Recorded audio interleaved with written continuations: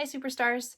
I'm here today because I heard that you're going to be doing a little research project for writing this week and you had to pick an animal. So I thought maybe we would do a little review of informational texts and some text features because that could help you as you're researching and as you're creating your own project. So I went ahead and picked an animal that I'm interested in, and that is the great white shark. Some of you might like this one too. But before we read, I want to quickly go through and talk about some of the basic text features this book has. Rarely will you find every single text feature in one book, but you'll find some of them common in many books. This book, Discover Sharks, Great White Shark, starts with the table of contents, and sometimes it'll just be called contents. These are your chapters or sections where it'll tell you the chapter and the page number that you can find that on.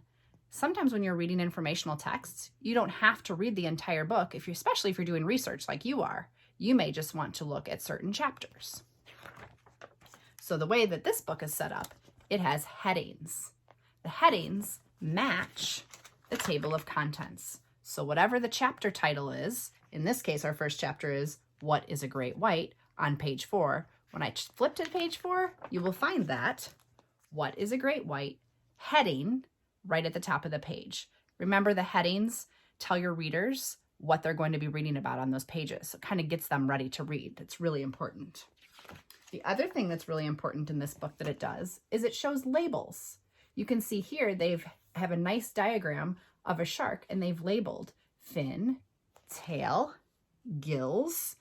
Okay, so that's a really nice thing to remember if you're going to be drawing a picture in your research project or adding photos. Add those labels. It really helps your readers.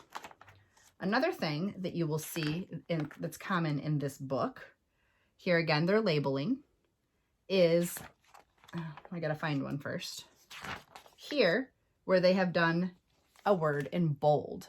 Again, you can see they've labeled their picture, and here the word is snout. When you put those words in bold, you'll find those later in the glossary. So that's kind of a clue to the reader. If you don't know what snout means, I can go to the end and find what that word means. So as you go through, look for those bold words. You may be using bold words in your research project too. Okay. Again, you can see Jaws is in bold. When I get to the back, you will notice there's our glossary. And in the glossary, you will find the words that were in bold throughout the book and a definition for what those words mean. It just helps your readers learn new vocabulary as they're reading a book.